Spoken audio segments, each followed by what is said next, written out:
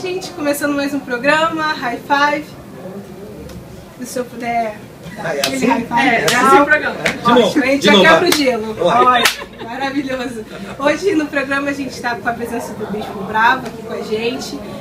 Nesse mês de agosto a gente vai fazer uma entrevista curta, simples assim, nada muito mirabolante, né? Não. Então uma pergunta simples, já como você estava falando com a gente nos bastidores aqui do nosso programa. Como foi a entrada do senhor na obra, né? Como o senhor descobriu que tinha o chamado e como foi esse início aí na obra? Eu comecei na obra muito cedo, né? Eu cheguei na igreja, eu devia ter 11, 12 anos, quando meus pais chegaram na igreja. E com 15 anos eu já era obreiro e já fazia uma reunião, todo sábado de manhã, com 15 anos. Acho que naquela época os jovens amadureciam mais rápido, né? Hoje em dia a gente consegue. Eu pelo menos consigo imaginar um adolescente de 15 anos fazendo reunião. Eu pelo menos consigo. A Claudineia quando chegou, né, na igreja, eu estava fazendo reunião. Eu estava fazendo reunião. Quando minha esposa chegou na igreja, eu estava fazendo reunião. Acho que era aniversário de 15 anos. Sábado à tarde. Sábado à tarde, aniversário de 15 anos. Eu estava fazendo meu aniversário foi fazer o culto. Então, a minha pergunta é, o senhor atualmente trabalha com várias denominações.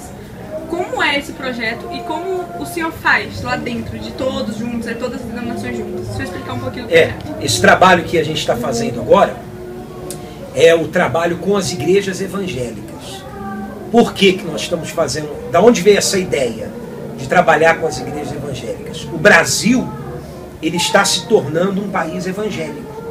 Hoje o Brasil, ele tem quase 60 milhões de evangélicos. E daqui 20 ou 25 anos, nós seremos mais de 100 milhões. Então, o Brasil está se tornando evangélico. Porém, os problemas não estão diminuindo. Porque se você pensa comigo, numa casa que tem 10 pessoas, se 3 se convertem ou 4 se convertem, o ambiente nessa casa tem que melhorar, né? Uma casa de 10, já tem 3 ou 4 que se converteram.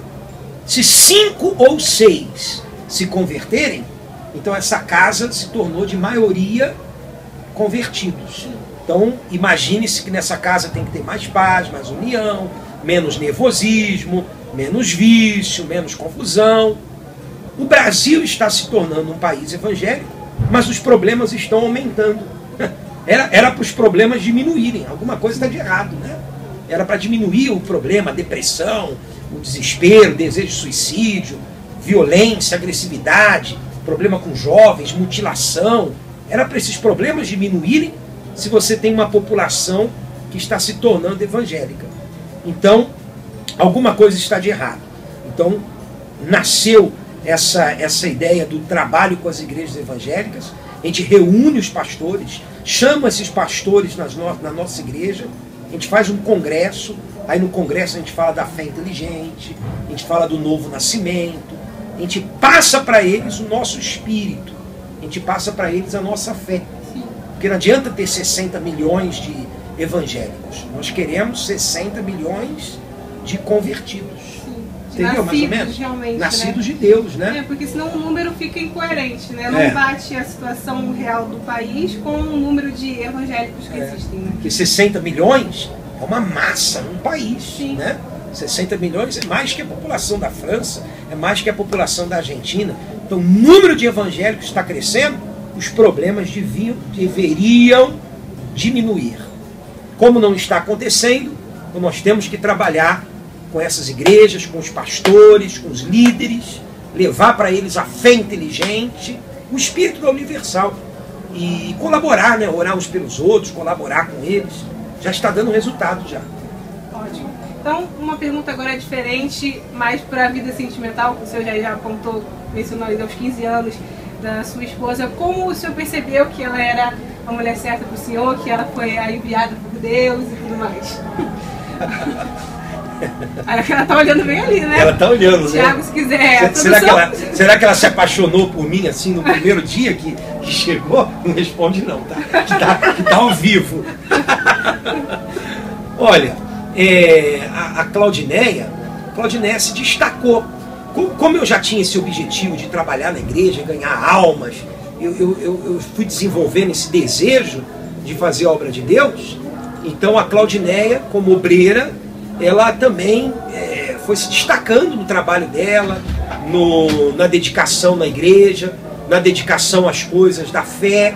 Então isso me chamou a atenção nela e a gente foi conversando e nos entendemos. É muito bacana, mas você? Não, a minha era da denominação e eu gostei muito desse projeto. Achei muito interessante. Então, inclusive depois a gente tem que abrir nesse projeto, mais para o futuro, né? Para esses filhos de pastores de outras denominações. Verdade, né? verdade. Que tem aí uma imensidão de filhos aí também. Esses pastores evangélicos também têm filhos, também têm problemas, né? Sim. E a gente pode, Quem futuramente... já estudou em escola adventista sabe. Com certeza, entendeu? Sei como é que é. E a gente tem aí esse pessoal para ajudar. O objetivo da igreja é ajudar. A gente quer dar. Né? A ideia do Bispo Macedo é o seguinte: vamos ajudá-los, vamos abençoá-los. Inclusive, nesse jejum de Daniel, de agosto, nós temos aí quase 10 mil pastores de outras denominações que estão no jejum de Daniel. Nós temos aí quase 10 mil pastores que estão vivendo o jejum junto com a Igreja Universal. Muito bacana, né? Muito bacana. O senhor, inclusive, mencionou dos filhos, ter essa questão também de auxiliar os filhos dos pastores de outras denominações. Então, para fechar até a nossa entrevista, o que o senhor acha? Qual a importância desse grupo do Filhos Universal que a gente tem aqui? Como ele é válido realmente até para chamar os filhos que não vêm na reunião, né? Qual a importância desse grupo que o senhor acha? Os filhos de pastores são aqueles que eles nasceram na igreja, né? Eles nasceram no altar. Eles não foram como eu, que escolhi ir para o altar. Eles já nasceram no altar. Seja bem-vindo ao sacrifício, né? Mais ou menos isso. Seja bem-vindo ao sacrifício. Então, os filhos cresceram. Nós temos aí hoje centenas de jovens que nasceram na igreja.